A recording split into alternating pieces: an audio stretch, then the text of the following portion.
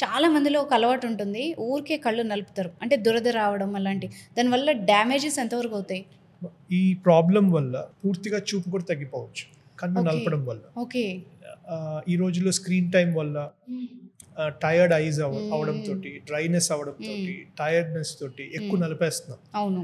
అని మనం తెలియకుండానే నలుపుతున్నాం. హ్మ్. రెండోది నలిపినప్పుడు ఒక చిన్న వెల్ బీయింగ్ ఉంటుంది. హ్మ్. ఇనీషియల్ గా బాగున్నట్టు అనిపిస్తుంది, అవును. హ్మ్. రైట్? హ్మ్. సో అందుకని ఆ నలపడం అనేది మంచిది కాదు. నల్లగుడ్డు స్ట్రక్చర్ చేంజ్ అయిపోయి హ్మ్. వీక్ అయిపోయి ముందుకి ప్రొజెక్ట్ అయిపోయి కెరటోకోనస్ అంటాం. ఆ కండిషన్ ఎంత ప్రమాదం అంటే కళ్ళజోడు పెట్టినా కనపడదు క్లారిటీ. ఓకే. ఎందుకంటే యూనిఫామ్ గా ఉండాల్సిన డోమ్ ఇర్రెగ్యులర్ అయిపోతుంది. ఓకే. పైన ఒకటి కింద ఒక షేప్ ఉంటుంది. ఓకే. ఇప్పుడు ఒక ఇర్రెగ్యులర్ గ్లాస్ నుంచి మనం చూస్తే ఏమనిపిస్తుంది? వంకరగా ఉంటుంది. అవును. చూపు కూడా అంతే అయిపోతుంది. Okay. Okay. So it's always avoid rubbing the ice. హ్మ్. మీ పాడ్కాస్ట్ ముందు కూడా I just saw patient with severe keratoconus, okay. Okay. 22-year-old oh! Severe keratoconus. Okay.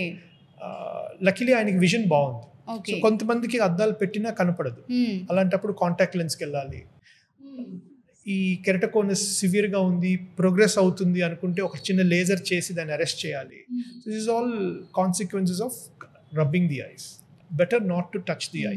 Rub అని చేయాలి అనిపించినా కూడా ఒక కోల్డ్ ఐ ఇంట్లో ఏమి లేవు, జస్ట్ ఐస్ ప్యాక్లో ఒక క్లాత్లో ఐస్ పెట్టేసి కళ్ళకు అద్దుకోవడం. ఓకే, వాటర్ స్ప్లాష్ చేయాల్సిన అవసరం లేదు. ఓకే. లూబ్రికేటింగ్ డ్రాప్ లాంటిది ఏదన్నా ఇంట్లో దానికి డాక్టర్ ప్రిస్క్రిప్షన్ కూడా అవసరం లేదు, అవి మాత్రమే తెచ్చుకోవాలి. ఓకే.